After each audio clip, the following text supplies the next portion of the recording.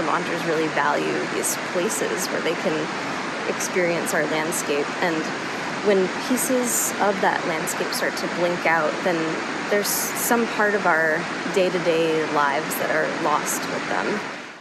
That's Vermont's state botanist concerned about declines in plant species. Vermont has more than 2,800 species of plants, including more than 150 which are listed as threatened or endangered native species. And for ones rooted along riverbanks or lake shores, this summer's flooding has put them at serious risk. We tagged along with scientists on recent field research.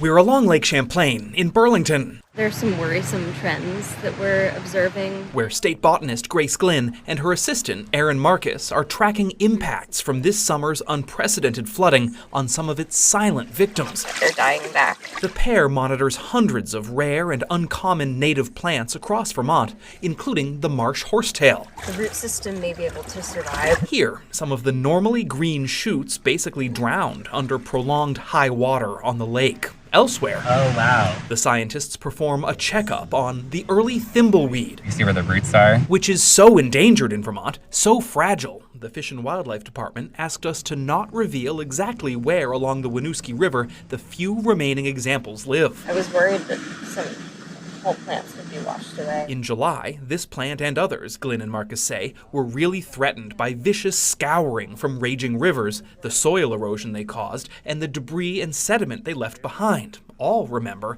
after drought conditions last year. When we think about climate change, we often think the biggest effect is just changing temperatures. But it does seem from our 40 years of monitoring plants in Vermont, what we're now starting to see is that it's actually maybe the changes in the water cycle that are having an even larger impact on our plants. Plants are often overlooked. With experts expecting climate change to make severe weather events more frequent and more extreme, the state botanist insists this work to understand the range of harms to the natural world is vital to help guide conservation strategies. Because if plant species continue declining, Glynn tells us, it could mean shockwaves for the whole ecosystem. So you take away the plant, you lose the insect, you lose the bird, and so on and so forth throughout the food chain. Plants, we wouldn't live without them. I mean, the world, the living world, is built on the foundation of plants. We rely on their productivity to live. I think people are realizing this more and more.